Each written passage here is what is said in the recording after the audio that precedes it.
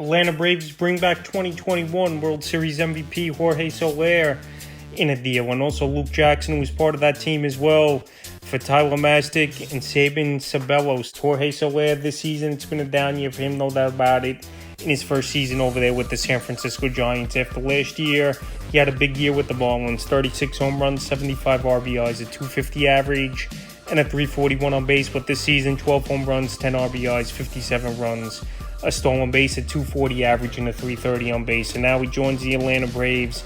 Well, obviously, there's still great hitters in the lineup, even with Ozzie Albies out 8 weeks, and Acuna, who's been out already for majority of the season, and obviously out for the season. So Jorge Soler, like I said, was the World Series MVP in 2021, and he was on a tear leading that Brave team. And now the Braves pretty much got all those players back. They got Eddie Rosario a couple weeks ago after the Nats cut him loose.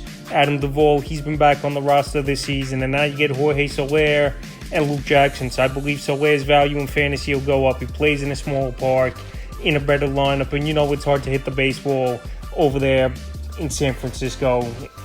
And in terms of fantasy baseball, he's still out there as well. 34% of fantasy leagues, by a real-life move than a fantasy baseball move. And the Braves needed handed bat in the lineup, especially, like I said, with Acuna out for the season and Albies on the shelf. And most likely Soler is going to play the corner outfield, even though he's been DH majority over the last couple seasons. It's been universal in the American League and obviously the National League. Now Luke Jackson, it hasn't been a good year for him, but he's another arm in the bullpen, and obviously he's been with the Atlanta Braves, like I mentioned, in his career. Jackson on the season, 4-2 record, 35 innings, 33 Ks, a 5.40 ERA, 1.43 whip, and the Giants get minimal return in the steals.